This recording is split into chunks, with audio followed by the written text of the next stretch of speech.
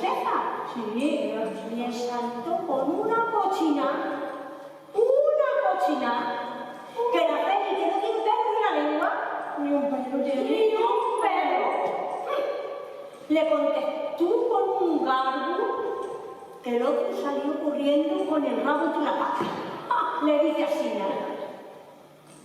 tienes un chaleco de mierda, el forro de Cagaponi, y para ser más completo, te pegas con tu botones. ¡Ay, qué cosa, verdad! ¡Ay, café, claro que sí! Cochina, ni una. Claro que no. A ese la retorcía yo así el cañón y mira, bien retorcido.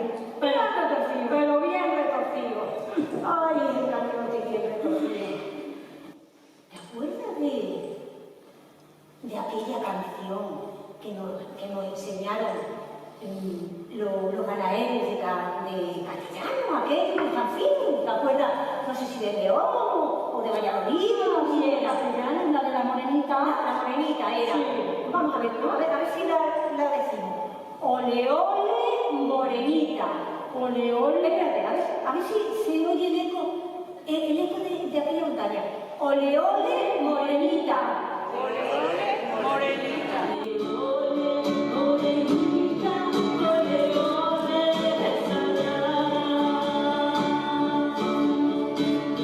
que llevarla a todo el mundo, que la tiene y otra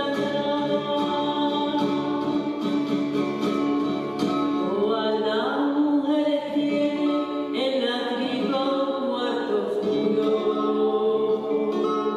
Por eso los hombres llevan una vela junto al culo.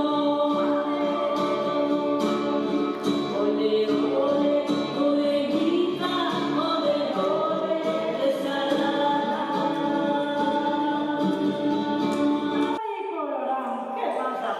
Que no es boba la mencia. No, Que es entendía. ¿entendía? La mujer que quiere dos, una vela se la apaga y otra que la encendía. Vamos a ver. ¿Y a quién le importa lo que ella haga? ¿A quién le importa lo que ellos digan? Ella es así, así seguirá.